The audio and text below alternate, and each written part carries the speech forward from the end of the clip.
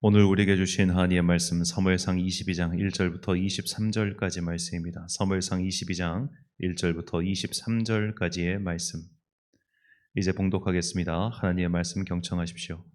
다윗은 거기에서 떠나 아둘람 굴 속으로 몸을 피하였다. 그러자 형들과 온 집안이 그 소식을 듣고 그곳으로 내려가 그에게 이르렀다. 그들뿐만 아니라 압제를 받는 사람들과 빚에 시달리는 사람들과 원통하고 억울한 일을 당한 사람들도 모두 다윗의 주변으로 몰려들었다. 이렇게 해서 다윗은 그들의 우두머리가 되었는데 400여 명이나 되는 사람들이 그를 따랐다. 다윗은 거기에서 모압의 미스바로 가서 모압 왕에게 간청하였다.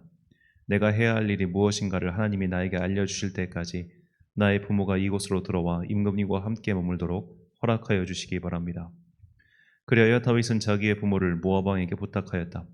다윗이 산성에 머물러 있는 동안에 다윗의 부모는 모압 왕과 함께 살았다. 그때 가시라는 예언자가 다윗에게 그 산성에 머물러 있지 말고 어서 유다 땅으로 들어가라고 재촉하였다. 그래서 다윗은 그곳을 떠나서 헤렛 숲으로 들어갔다. 하루는 사울이 기브아 산등성이의 에셀나무 아래에서 창을 들고 앉아 있었다. 그의 신하들은 모두 그의 곁에 둘러서 있었다. 거기에서 사울은 다윗이 부하들을 거느리고 나타났다는 말을 들었다. 사울이 둘러서 있는 신하들에게 호통을 쳤다. 이 베냐민 사람들아, 똑똑히 들어라. 이 세 아들이 너희 모두에게 밭과 포도원을 나누어 주고 너희를 모두 천부장이나 백부장으로 삼을 줄 아느냐? 그래서 너희가 모두 나를 뒤엎으려고 음모를 꾸몄더냐? 내 아들이 이 세 아들과 맹약하였을 때에도 그것을 나에게 귀띔해 준 자가 하나도 없었다. 또 내 아들이 오늘 나의 신하 하나를 부추겨서 나를 죽이려고 매복시켰는데도 너희들 가운데는 나를 염려하여 그것을 나에게 미리 귀띔해 둔 자가 하나도 없었다. 바로 그때에 사울의 신하들 가운데 끼어 있던 에돔 사람 도액이 나서서 보고하였다. 제가 이 세 아들을 보았습니다. 그가 노브로 와서 아히두베 아들 아히멜렉과 만날 때였습니다. 그때 아히멜렉이 다윗이 해야 할 일을 주님께 여쭈어보고 나서 그에게 먹을 것도 주고 블레셋 사람 골리앗의 칼도 주었습니다. 그러자 왕은 아히두베 아들 제사장 아히멜렉은 물론 노베에 있는 그의 집안 제사장들을 모두 불러들였다. 그리하여 그들이 모두 왕에게로 나와왔다. 사울이 호통을 쳤다. 아히두베 아들은 똑똑히 들어라. 아히멜렉이 대답하였다. 임금님 말씀하십시오. 사울이 그를 꾸짖었다. 내가 왜 이 세 아들과 함께 공모하여 나에게 맞서려고 하였느냐? 내가 왜 그에게 빵과 칼을 주고 왜 그가 하여야 할 일을 하나님께 물어서 그가 오늘날같이 일어나서 나를 죽이려고 매복하도록 하였느냐? 그러자 아히멜렉이 왕에게 대답하였다. 임금님의 모든 신하들 가운데서 다윗만큼 믿을 만한 사람이 누구입니까? 더구나 그는 임금님의 사위인 동시에 경호실장이며 이 궁중에서 매우 존귀한 사람이 아닙니까? 그가 할 일을 하나님께 여쭙는 일을 제가 오늘에 와서 처음으로 시작한 것입니까? 전혀 그렇지 않습니다. 임금님은 이 종이나 이 종의 온 집안에 아무 허물도 돌리지 말아 주십시오. 이 종은 이런 일을 전혀 아는 바가 없습니다. 그런데도 왕은 이런 선을 내렸다. 아히멜렉은 들어라. 너는 어쨌든 너의 온 집안과 함께 죽어 마땅하다. 그리고 왕은 자기 곁에 둘러서 있던 호위병들에게 명령하였다. 너희는 당장 달려들어 주님의 제사장들을 죽여라. 그들은 다윗과 손을 잡고 공모하였으며 다윗이 도망하는 줄 알았으면서도 나에게 귀띔해 주지 않았기 때문이다. 그러나 왕의 신하들은 손을 들어 주님의 제사장들을 살해하기를 꺼렸다. 그러자 왕이 도액에게 명하였다. 내가 달려들어서 저 제사장들을 죽여라. 그러자 에돔 사람 도액이 서슴없이 달려들어서 그 제사장들을 죽였는데 그가 죽인 사람은 못이 에봇을 입은 제사장만도 85명이나 되었다. 사울은 제사장들이 살던 성읍 노베까지 가서 주민을 다 칼로 쳐 죽였다. 그는 남자와 여자, 어린이와 젖먹이, 소떼나 나귀떼나 양떼를 가리지 않고 모두 칼로 쳐서 죽였다. 아히두베 손자이며 아히멜렉의 아들인 아비아달은 거기에서 피하여 다윗에게로 도망하였다. 아비아달은 다윗에게 사울이 주님의 제사장들을 몰살시켰다는 소식을 전하였다. 다윗이 아비아달에게 말하였다. 그날 내가 에돔 사람 도액을 거기에서 보고서 그가 틀림없이 사울에게 고자질하였다는 것을 그때 이미 짐작하였소. 제사장의 집안이 몰살당한 것은 바로 내가 책임져야 하오. 이제 두려워하지 말고 나와 함께 지냅시다. 이제 나의 목숨을 노리는 사람이 바로 당신의 목숨을 노리는 사람이기도 하니 나와 함께 있으면 안전할 것이오. 아멘. 상처도 위로가 된다라는 제목으로 하나님의 말씀 선포하겠습니다. 복효근 시인이 지은 상처에 대하여라는 시가 있습니다. 제가 그 시를 여러 번 말씀드렸는데 다시 한번 이 새벽 읽어드리겠습니다. 오래전 입은 누이의 화상은 아무래도 꽃을 닮아간다.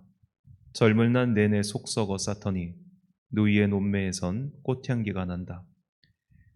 요즘 보니 모든 상처는 꽃의 빛깔을 닮았다. 하다못해 상처라면 아이들의 여드름마저도 초여름 고마리 꽃을 닮았다. 오래 피가 멎지 않던 상처일수록 꽃향기가 괜다. 오래된 누이의 화상을 보니 알겠다. 향기가 배어나는 사람의 가슴 속엔 커다란 상처 하나 있다는 것. 잘 익은 상처에선 꽃향기가 난다. 저는 상처에 대한 여러 가지 시나 그런 표현들이 있겠습니다만, 이 복효근 시인의 시만큼 상처가 무엇인지 또 그것의 의미에 대해서 이렇게 잘 설명해 준 시가 따로 없다는 생각을 자주 합니다. 그래서 유독 이 시를 제가 또 좋아하고 또 자주 설명드리는 것 같아요. 자, 굳이 이 시에 대한 설명을 덧붙이지 않더라도 시인이 이 독자들에게 무엇을 전달하고자 하는지는 우리가 금세 알 수 있습니다. 상처가 없는 인생은 없고 또 각자가 그 상처를 어떻게 갖고 가느냐에 따라서 그 상처가 오히려 누군가를 위로할 수 있는, 또 누군가에게 향기로울 수 있는 그런 도구가 된다는 것이죠. 우리는 이런 사람들을 적지 않게 만날 수 있습니다.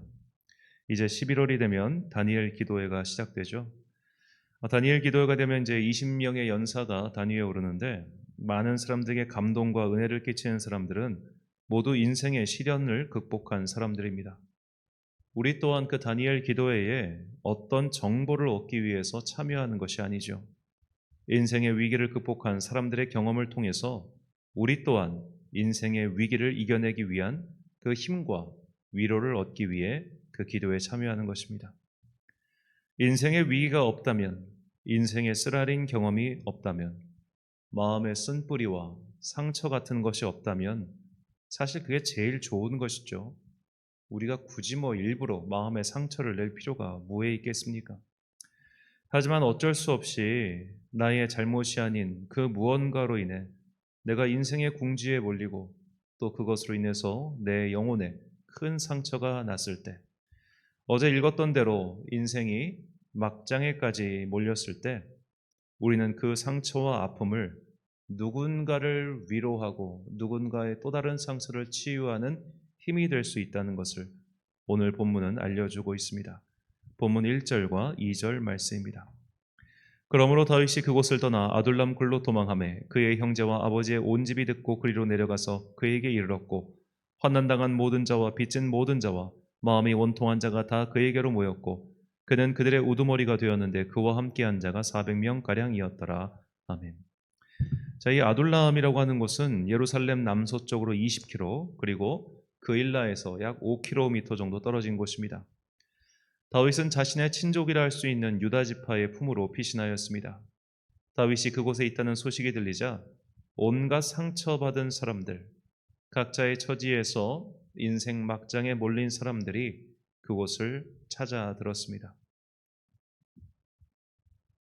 환난당한 자, 빚진 자, 마음이 원통한 자, 그런 사람들이 모였습니다. 한마디로 말하자면 히브리어로 표현했을 때 샬롬을 잃어버린 사람들입니다. 샬롬을 잃어버린 사람들. 자, 그렇게 샬롬을 잃어버린 사람들이 함께 모였을 때 그들의 공동체가 점점 샬롬을 만들어가는 거예요. 물론 이들도 좌충우돌합니다. 이제 우리가 앞으로 계속 살펴보겠지만 이들도 순간 감정이 욱해서 잘못된 판단을 내릴 때도 있었고, 또 감정이 욱해서 내부 안에서 싸움을 벌일 때도 분명히 있었습니다. 서로 갈라치기를 할 때도 있었고 서로 말다툼을 할 때도 분명 있었을 겁니다. 하지만 그들은 함께 하면서 결국 그들 안에 샬롬을 만들어 가지요. 저는 다윗이 이끌었던 이 아둘람 공동체의 모습이 오늘날 현대 교회의 모습과 비슷하다는 생각을 참 많이 합니다. 교회 안에도 상처받은 영혼들이 많습니다. 아니, 더 정확하게 어쩌면 상처가 많기 때문에, 인생에 어떤 궁금증이 있기 때문에, 자신의 인생에 어떤 문제가 있다고 생각하기 때문에 우리가 교회에 다니는 것인지도 모르겠습니다. 내 인생이 모든 것이 수월하고 순탄하고 문제가 없다면 우리가 교회를 왜 다니겠습니까? 그저 친구 만나러 교회 오는 분들이겠죠. 그런 분들은 다들 마음에 상처 하나쯤은 안고 삽니다. 그리고 그 상처 입은 사람들끼리 서로를 보듬어주고 샬롬을 잃은 사람들이 샬롬을 만들어가는 곳, 그것이 바로 교회이지요. 우리는 교회 안에 다른 사람들에게 야, 무슨 하나님을 믿는 사람들이 인격이 저래? 이런 식으로 말해서는 안 됩니다. 막장까지 몰린 사람들 또는 큰 상처를 받은 사람들은 행동 양식이 보통 사람들과는 다릅니다. 우리가 병원에서 몸에 큰 상처를 입은 사람이 거동이 불편한 것을 알지 않습니까? 당장 몸에 상처만 입어도 병원 안에서 온갖 성질을 부리는 환자들이 얼마나 많습니까? 마찬가지입니다. 교회도 온갖 상처 입은 사람, 각양각색의 사람들이 몰려듭니다. 그러니까 교회 안에는 다툼도 많고 시기도 많고 질투도 많고 서로 물어뜯고 핥히는 일이 당연히 있는 거예요. 그러니까 고린도 교회와 같은 모습이 고린도 교회가 특별히 문제가 많아서 그런 것이 아니라 그렇게 되는 것이 지극히 당연하다는 겁니다. 베레아에 모인 사람들처럼 교양 있게 하나님의 말씀을 탐독하는 일은 오히려 드문 것이고 고린도 교회처럼 서로 분파가 생기고 싸움을 벌이는 것이 오히려 일반적이라고 생각해야 합니다. 당장 우리가 성경 안에서 위인처럼 생각하는 다윗만 하더라도 어제 살펴봤지만 살기 위해 거짓말도 하고 미친 척도 하지 않습니까? 그 정도로 인생에서 궁지에 몰려본 사람이 보통 사람처럼 행동한다는 것은 여간 어려운 일이 아닙니다. 더구나 그가 이 일을 당한 것은 불과 20대 시절이죠. 굴곡 많은 사람들이 모였으니 시끄러운 것은 당연합니다. 굴곡 많은 사람들이 모였으니 서로 삐그덕대는 것도 당연합니다. 하지만 그들이 예수 그리스도 안에서 서로 한 마음과 한 뜻을 이루고자 노력할 때 그 공동체는 세상이 줄 수 없는 위로와 평안을 주는 그리스도의 샬롬이 가득한 아름다운 평화의 공동체, 사랑의 공동체가 되는 것이죠. 상처 입은 사람들끼리 서로의 상처를 나중에는 이해하게 되고 보듬어 주게 되는 아름다운 역사가 일어나는 것입니다. 제가 아는 한 목사님의 이야기입니다. 이 목사님은 개척하시고 나서 얼마 되지 않아 사모님께서 갑자기 쓰러지셔서 식물인간이 되셨습니다. 애들 3명을 키우며 개척 목회를 하니 그 고난이 얼마나 컸겠습니까? 그런데 이상하게도 당신께서 개척하신 그 교회에는 인생의 상처가 많은 사람들이 모이더라는 겁니다. 사업이 망한 사람, 가정의 불화를 겪고 있는 사람, 또 자신과 같이 갑자기 뜻밖의 사건을 당한 사람 등등 목사 본인의 인생이 멀쩡하지 않은데 이상하게도 멀쩡하지 않은 사람들이 모이더라는 겁니다. 그때 그분은 서로 상처받은 사람들이 함께 모여서 335 모여 서로의 상처를 말하며 그 상처가 치유되는 과정을 보면서 내가 상처가 큰 사람이기 때문에 주님께서 또 다른 상처 입은 사람들 보내주셨고 그들을 위로하게 하셨구나라고 그렇게 고백하시는 것을 들었습니다. 그런 아둘람 공동체와 같은 교회, 서로 상처 입은 사람들, 인생 막장까지 몰린 사람들이 하나님의 샬롬을 잃어버린 사람들이 다시 하나님의 샬롬을 찾는 공동체, 그 공동체가 바로 우리 모두가 꿈꿔야 할 주님의 몸된 교회입니다. 나에게 닥친 환난은 누군가를 위한 위로가 될 수 있습니다. 하나님께서는 그렇게 상처 입은 사람들을 모으셔서 당신의 나라를 완성해 가십니다. 바울은 이것을 알고 고린도 교회 교인들에게 다음과 같이 편지하였습니다. 고린도후서 1장 4절부터 6절까지 말씀입니다. 우리의 모든 환난 중에서 우리를 위로하사 우리로 하여금 하나님께 받는 위로로서 모든 환난 중에 있는 자들을 능히 위로하게 하시는 이시로다. 그리스도의 고난이 우리에게 넘친 것 같이 우리가 받는 위로도 그리스도로 말미암아 넘치는도다. 우리가 환난 당하는 것도 너희가 위로와 구원을 받게 하려는 것이요 우리가 위로를 받는 것도 너희가 위로를 받게 하려는 것이니 이 위로가 너희 속에 역사하여 우리가 받는 것 같은 고난을 너희도 견디게 하느니라. 아멘. 사랑하는 천안광성교회 성도 여러분, 그리고 이 새벽을 함께 깨우고 계신 귀한 주님의 자녀 여러분, 내 인생에 환난과 상처와 고통이 있었다면 주님께서는 그것을 사용하셔서 다른 이를 위로하게 하실 것입니다. 내 상처는 누군가를 위한 위로의 도구가 될 수 있습니다. 교회는 바로 그런 상처 입은 사람들의 치유와 위로의 공동체가 되어야 합니다. 하나님의 샬롬을 잃어버린 사람들에게 다시 샬롬을 전파하는 것이 교회의 사명입니다. 교회 안에서 마음에 안 맞는 사람을 만났다면, 교회 안에서 자꾸만 거치적거리는 사람이 있다면 그분 또한 다른 누군가를 위한 치유의 도구로 세우신 하나님의 뜻이 있음을 잊지 마십시오. 교회에 다닌다는 사람이, 하나님을 믿는다는 사람이 인격이 저것밖에 안 되나라는 생각이 든다면 그것이 오히려 정상이라는 것을 잊지 마십시오. 하나님께서는 그렇게 평화가 없는 자들, 여유가 없는 사람들, 마음이 급한 사람들, 상처받은 사람들을 모으셔서 그 안에서 점점 하나님의 평화로 그들을 채워가실 것입니다. 내 상처도 누군가를 위한 치유의 도구가 될 것이며 저 사람의 영혼의 일그러짐도 누군가를 위한 위로의 도구가 될 수 있음을 잊지 마시고 내가 속한 그 주님의 몸된 공동체를 위로와 치유의 아둘람으로 만들어가는 주님의 자녀가 되시길 예수님의 이름으로 축원합니다. 기도하겠습니다. 사랑과 은혜가 충만하신 아버지 하나님, 아둘람은 여호와의 정이라는 뜻을 가진 지명이었습니다. 그곳에 평화를 잃어버린 사람들이 모였고 그들이 함께 모여서 천천히 그러나 확실하게 하나님의 평화를 만들어 갔습니다. 그들은 처음에는 서로 싸우기도 하였고 다투기도 하였지만 점점 더 우리가 바른 삶이 무엇인지, 하나님의 뜻을 따라 살아간다는 것이 무엇인지를 깨닫고 그것을 실천해 나가기 시작했습니다. 그들은 그렇게 다윗과 하나님의 용사가 되었고 다윗을 따라 하나님의 일에 쓰임받는 자들이 되었습니다.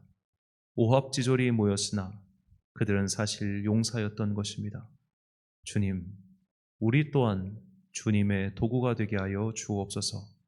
우리가 지금까지 살아오면서 받았던 인생의 많은 상처와 고난과 연단, 그러한 모든 것들이 내가 만나는 모든 사람들 속에서 하나님의 샬롬을 이루는 주의 손이 되게 하여 주옵소서. 내가 받은 상처가 누군가의 위로가 되게 하시고 나의 찌쓰라린 경험이 누군가를 위한 평화의 향기가 되게 하여 주옵소서. 이렇게 우리가 주님의 손에 붙들린 사람이 될 때 주님께서는 우리를 사용하셔서 이 평화 없는 세상 속에서 하나님의 뜻을 나타내실 것을 믿습니다. 그날을 향하여 전진해 나아가는 주님의 거룩한 자녀들 되게 하여 주옵소서. 오늘 하루도 각자의 삶 속에서 수고하고 열심을 내는 모든 자녀들에게 복과 은혜 내려 주옵소서. 또한 이제 여름방학을 마치고 학업의 자리로 돌아가서 열심히 수업을 듣고 또 2학기를 달려야 가야 되는 주님의 자녀들에게 지혜와 능력 더하여 주옵소서. 남은 수험 시간 동안 주님께서 우리 수험생 자녀들에게 지혜를 주셔서 각자의 맡은 바 사명을 잘 감당하고 최선을 다할 수 있도록 능력과 힘을 더하여 주옵소서. 함께 기도하고 있는 학부모님들께도 주님께서 능력의 손, 위로의 손 더해 주셔서 그들의 마음이 꺾이지 아니하도록 함께하여 주옵소서. 오늘 하루도 참 좋으신 우리 주님의 은총과 평강이 모든 성도들의 마음 가운데 임하기를 간절히 소망하오며 이 모든 말씀 우리 구주 예수 그리스도의 이름으로 기도드립니다. 아멘. 오늘의 기도 제목입니다. 내 인생의 큰 상처는 무엇입니까?